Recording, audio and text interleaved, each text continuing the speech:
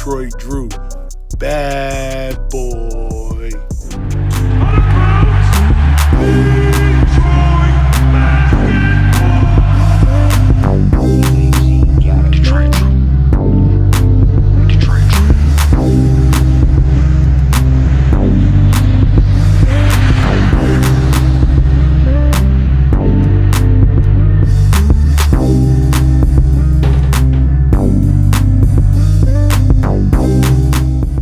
What up though, peeps? How's everyone doing tonight? We got a lot to break down, so let's just jump right into it. First and foremost, before all the Laker fans come in here and start talking trash, I'm gonna be nice first, okay? I don't know if this is gonna be the same 2 minutes from now when I get into my stuff, but before I get all hyped up again and relive what happened tonight, let me say this. This is probably the game the Lakers needed to get motivated. It was tough, it was physical, it came right down to the wire. A team that's been struggling, like the Lakers that have championship aspirations, you need kind of a kick in the ass to get woken up. And this could be that for the Lakers. Hopefully they can go on to do some big things. You know, better for the NBA that way. So Lakers fans, that I kept it respectful for you, please do so to me, because it's Sunday. Usually we got Free Smoke Saturdays, but tonight's a special occasion. It's Free Smoke Sunday. Beef stew has embodied what it meant to be Detroit Pistons. First of all, cheap shot by LeBron. How was that a loose ball foul on Beef Stew? I don't know. It wouldn't have mattered anyway. Both of them, both Bron and Stu got ejected. I have never, in all my years of watching basketball, seen someone who had to get restrained as many times as Beef Stew. He looked like he wanted to kill LeBron. And we can go back to the palace of, them holding back Ben Wallace. Yeah, Ben was upset.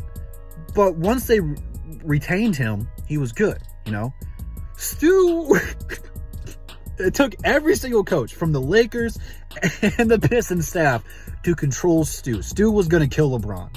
And what was LeBron doing? Guess where he was at? Go back and watch it. Seriously, videos are everywhere. They're on Facebook. They're on YouTube. They're on Twitter. They're on Instagram. You can find them. LeBron's with the ref the entire time crying. This man couldn't handle Beef Stew. Go back and watch it. He looked Stu dead in the eye and went pop right in the eye, and then complained to the ref like, I didn't do nothing. Shut up, LaFlop. God, dude, you're such a woman. You're a female dog. I'm keeping it a little bit more PG on Facebook, only because I have time to cool down. If I went live when this was happening, I'd probably be canceled. That's how much I was into it. Stu is the hardest dude on this Pistons team. Mentally, he's the toughest. Physically, he's the toughest. He's the strongest one, both physically and mentally. Man's whole eye was like bloody, his mouth filled with blood. And the only thing he wanted to do was get revenge. He wanted an eye for an eye. He wanted blood for blood. He was coming at LeBron. And you've seen this with Stu, man. It doesn't matter who the hell you are. LeBron is a multi-MVP, champion, finals MVP. He's a Hall of Famer. He's probably top 5 all time. He's not the GOAT, but he's top 5. Stu doesn't give a monkey's anus what your resume says. He doesn't give a monkey's anus what name is on the back of your jersey. You come into our city and try to play that lame-ass garbage of basketball you were playing, where you're going to flop, you're going to take some cheap shots. He said, F that, this is Detroit, we don't play that. LeBron found that out the hard way. Now, let's keep going, okay? Because I don't want to get the whole video. I did this the last time we played the Nets. We got more to talk about. Positives before we get back into the negatives. Cade Cunningham is now the youngest Detroit Piston of all time to record a triple-double in a game.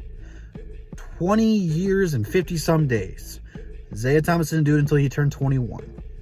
Granted, this is awesome. I much would rather have the dub, but just the sheer turnaround from Cade. Beautiful work in progress. We got the right guy. He's going to be okay, guys. He's going to be a superstar. And just because he only had, 13 points tonight, don't get tripped. He played fine tonight. He had a triple-double. Triple-double. If Westbrook did this, you guys would be like, oh, you know what I'm saying? It's Cade. He's a rookie against a team that's supposed to be an NBA title contender. This is what he did. Jeremy Grant played really well tonight. He caught fire. He had 30 points. There's a couple of factors why we lost tonight. Let's get the first one out the way. After what happened with Stu and LeBron, the refs were probably scared they're going to lose control. So they started calling a lot more ticky-tack fouls. A lot more things started to go to the Lakers' way. But then, I was like, all right, it's getting out of hand. Fourth quarter, Pistons shot a lot more free throws. So we can't really use that as an excuse, but you could just kind of tell that was a factor going into it in the second half after that altercation. Like, the refs were like, we can't let this happen. There was one, Westbrook dunked on Diallo and taunted. That should have been something. You're not supposed to do that. Don't let the Lakers do that just because they're the Lakers. But the main reason the Pistons lost this game is Dwayne Casey. I get it. Stu got ejected. We didn't have another big man. But we're going to put Trey Lyles and Jeremy Grant on Anthony Davis all night long? We were getting tore up. And then, I don't know what was going on with our doubles. We kept doubling Westbrook. I don't think Dwayne Casey realized that Westbrook can pass the ball. So when you double off of somebody else to go double Westbrook, you're leaving whoever's guarding Anthony Davis one-on-one. We don't have someone that can match up with him. That's why the Lakers were able to come back, because the Lakers took their time, waited for the Pistons to show their hand, and they capitalized on it. I'm not saying we should have put Garzilla out there on them, but you're telling me we don't have anyone else? We can't call up a center from the G League just to have some bodies? I would have much rather us have someone come out there, foul Anthony Davis 5 times, and giving up some dunks and some layups. We couldn't rebound the ball to save our lives because Jeremy Grant's what, 6'9"? That's the tallest guy we have in the court, boxing out Anthony Davis, one of the best big men in the game. What kind of sense does that make? Again, I get it, we're shorthanded. But the main reason we lost the game was that last play call. Diallo played great all night. I'm glad Diallo and Josh Jackson got to play together tonight. I've been begging for that. I'm super happy I got to see that. You're down by 3, 6 seconds left to go. You still got Corey Joseph out there for God knows why. Another thought before I get to the end of the game. Corey Joseph's guarding Westbrook. Just throw that out there. That's who you want to guard Westbrook. Corey Joseph. Again, Killian's not playing. But that's who you want. We got Diallo, Josh Jackson, Cade Cunningham. You're going to put Corey Joseph on Westbrook. Okay. There's a reason we didn't win tonight, guys.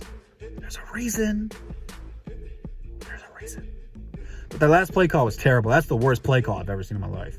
Inbound the ball to Diallo inside the three-point line for him to do a little button hook to throw a jump behind the back, no-looking pass like Patrick Mahomes that got picked off. What the was that? Worst play call I've ever seen in my life. You got to give your team that fought so hard a shot to win it.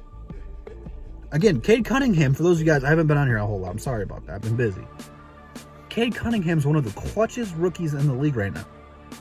One of the clutchest players in the draft. In the league right now. In the last 5 minutes, Cade's shooting like 70%. Let's not give him the ball at all. It's his team. It's his future. But these moments where you can make or break someone's career, let's not put the ball in his hands at all. Nope. There's a reason we lost. Frank Vogel didn't have a problem letting Westbrook and AD do what they do. For some reason, Cade can't do what he does. For some reason, at the end of the game, we have to try something creative that they're never going to see coming. No. Use your best players to their advantage. I want to live and die by Cade right now. We're not a playoff team. I mean, we're close. We might be a piece or two away from being a playoff team, a play-in team at that. What are we playing for? Why would we inbound to Diallo? Let Cade grow. He's got to learn what he needs to do in these situations. Because now when it comes to his time to actually be the leader of the team, he's not going to have these kind of in-game experiences where he's going to know what to do. All I'm saying, I'd rather Cade took a 3 and missed it than what just happened. I would have been fine if Jeremy Grant took the last shot. But why do you have Sadiq Bey inbounding the ball? He's a three-point shooter, one of the best on the team. If your Corey Joseph's going to be out there, have him inbound the ball. God, dude, I can't believe some guy from Flint, Michigan, sitting in his truck, can look at what happened on the NBA court tonight and come up with a better play idea than someone who's getting paid multi-million dollars to coach the Pistons. Just saying, I'm going to leave it at that. I'm not too mad about the game. I just wish we could have had some better play calling and some better game planning. I'm happy with Stu sticking up for himself. He's going to be gone for a little bit. He's probably going to get suspended. I'm going to start a GoFundMe page. We're going to donate to pay his fines because this man has earned my respect time and time again. Love Beef Stew. Leave your thoughts down below. Congrats to Cade for being the youngest Pistons of all time to record a triple-double. And we just got to bounce back and learn from it, man. It was a good test tonight. I think both teams can come away learning something and getting better. So leave all your thoughts down below in the comments, and I'll see you guys in the next one. And that's the bottom line because Double D said so. Peace.